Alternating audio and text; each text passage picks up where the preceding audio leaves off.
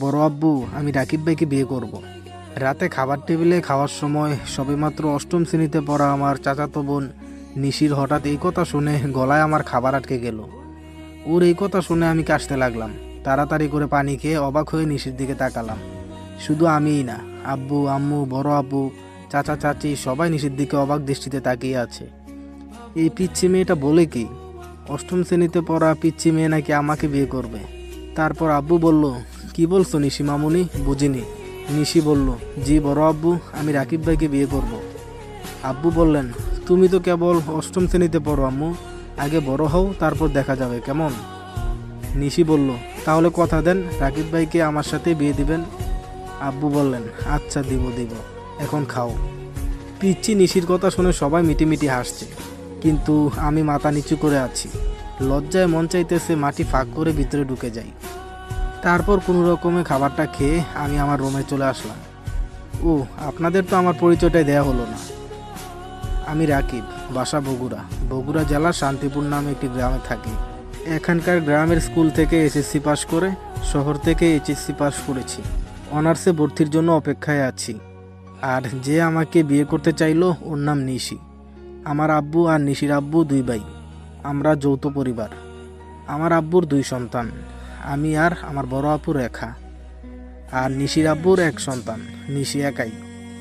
এই পরিবারে নিশি সবচেয়ে ছোট, তাই সবার আদরের। তাই শত ভুল করলেও কেউ তাকে কিছুই বলে না।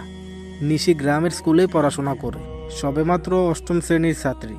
গ্রামে আমাদের বড় হয়ে ওঠা। আপনাদের পরিচয় দিতে দিতে নিশি এসে আমার রুমে হাজির।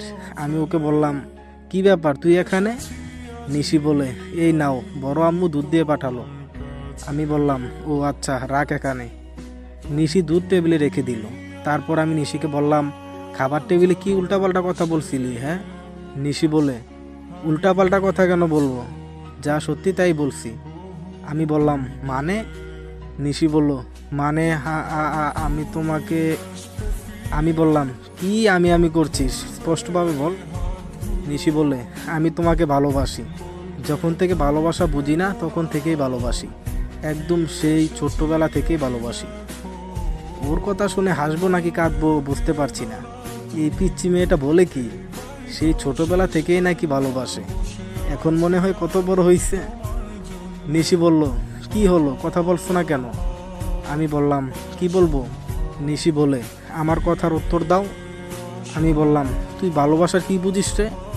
নিশি বলে, আমি অনেক কিছুই বুঝি। আমি বললাম, আমার বয়স জানিস? তোর থেকে কত বড় আমি জানিস?